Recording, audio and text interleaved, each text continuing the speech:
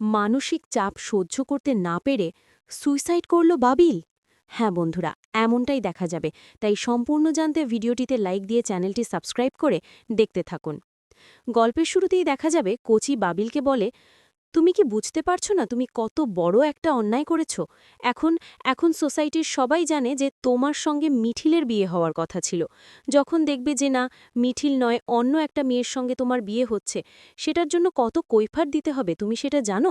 সেটা না হয় বাদই দিলাম, কিন্তু যখন সবাই জানতে পারবে যে মেয়েটা আগে থেকেই প্রেগনেন্ট, তখন তখন কি হবে তুমি ভাবতে পারছো? তোমার জন্য আমাদের মাথা কতটা নিচু হবে।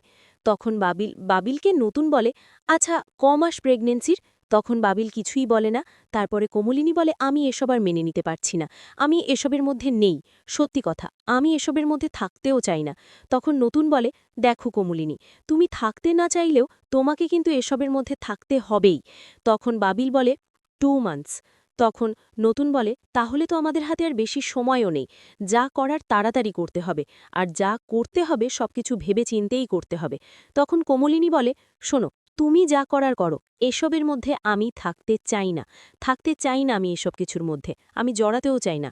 তখন নতুন বলে, দেখো কমলিনী, তুমি না জড়ালে কি করে হবে বলো তো? তখন কমলিনী বলে, আমার জীবনে আমার ছেলেমেয়েদের জন্য আমি তো একটুও শান্তি পেলাম না। একটা না একটা সমস্যা আমার জীবনে লেগেই আছে। তখন তো এই কথাটাতে মিঠির গায়ে লাগে। তখন মিঠি দাঁড়িয়ে পড়ে আর বলে, মা, তুমি কি আমাকে বলছো? তুমি আমাকে মিন করে বলছো? আমার সমস্যার জন্য আমার তো কোনো হাত ছিল না। তাহলে তুমি আমাকে কেন বলছো মা? আমার এই সমস্যার জন্য তোমার তোমার খারাপ লাগছে নাকি? তোমার কষ্ট হচ্ছে? তুমি সমস্যায় পড়েছ? তখন তো নতুন বলে, না মিঠিমা, তোর মা এভাবে বলতে চায়নি, কথার কথা ছেলেমেয়েদের কথা বেরিয়ে গেছে।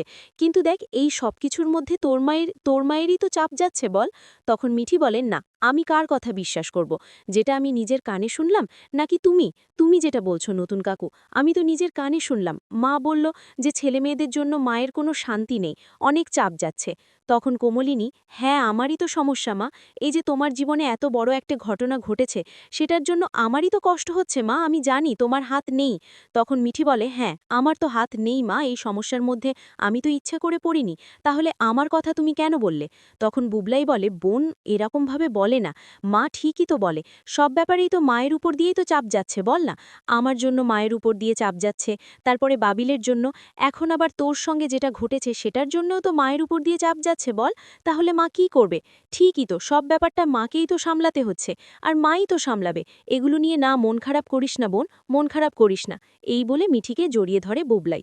ওদিকে দেখা যাবে কোয়েল মিঠিলকে বলে, বিশ্বাস করো তুমি, আমি আর বাবিল এত ভালো সম্পর্কে আছো জানলে আমি কখনো কখনো এসবের মধ্যে যেতাম না। আমি বাবিলের সঙ্গে জড়াতেও চাইতাম না। হয়তোবা নিজেকে সামলাতে পারতাম, পারতাম কিনা জানি না, তবে তবে নিজেকে সংযত করতাম।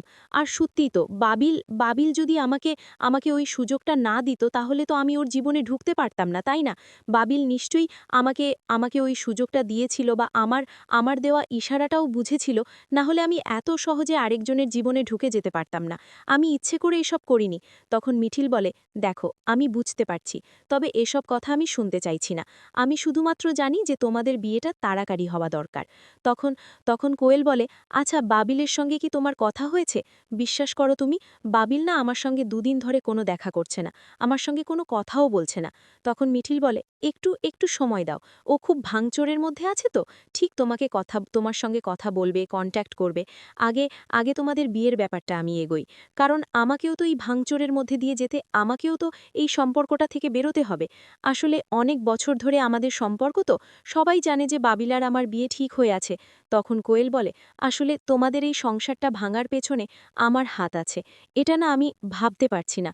তখন মিঠিল, না, এই সম্পর্কটা তুমি যদি নাও আসতে, অন্য যে কোনোভাবে ভাঙতে পারত। একটা সম্পর্ক সবসময় যে দুজন মানুষ ক্যারি করে নিতে পারে, এরকমটা নাও হতে পারে।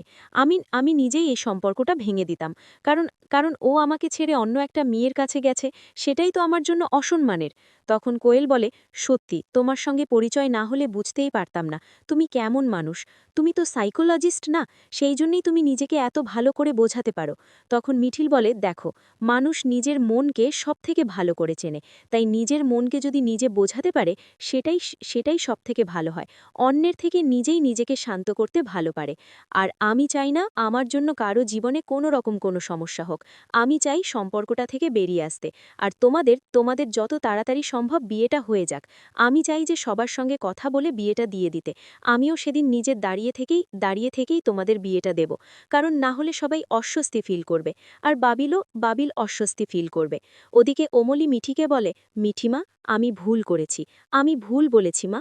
তবে তোর জীবনে যেটা ঘটেছে সেটার জন্য কি আমার কষ্ট হচ্ছে না? আমি কি কষ্ট পাচ্ছি না মা, বল না? আমার জীবনে কি কোনো শান্তি আছে? একটার পর একটা লেগেই আছে। এই যে বাবিল যেটা করেছে সেটার পরেও আমরা কি করে শান্ত থাকব? ঠিকই তো। করে একটা মানুষের সঙ্গে একটা মানুষের যদি ভালোবাসা না থাকে, আত্মার মিল না থাকে, তাহলে সেখানে কি সংসার টিকে বলো তো? আমি না কিচ্ছু বুঝতে পারছি না। তখন মিঠিল বলে, নতুন কাকু, আস্তে আস্তে না ভালোবাসা হয়ে যাবে। দেখো, যখন মেয়েটা প্রেগনেন্ট হয়ে গেছে তার দায়ভার বাবিলকে নিতে হবে। আর আস্তে আস্তে থাকতে থাকতে না ওদের মধ্যে ভালোবাসাও জন্ম নিয়ে নেবে। এগুলো নিয়ে আমাদের ভাবার তো কোনো দরকার নেই। এটা বাবিল করেছে, বাবিলই বুঝবে। আর যত তাড়াতাড়ি সম্ভব বিয়েটার ব্যাপারে এগোনো দরকার। কারণ মেয়েটার কথাও তো ভাবতে হবে। মেয়েটার শরীর দিন দিন খারাপ করছে। ওর তো এখন ডক্টর দেখানো দরকার, পাশে থাকা দরকার। ও কি করে ডক্টরের কাছে যাবে বলো তো? সবাই তো বাবার নাম জিজ্ঞাসা করবে। তখন মেয়েটা কি বলবে? তখন বাবিল বলে, আমি পারবো না, আমি অন্য কারোর সঙ্গে সংসার করতে পারবো না মিঠিল।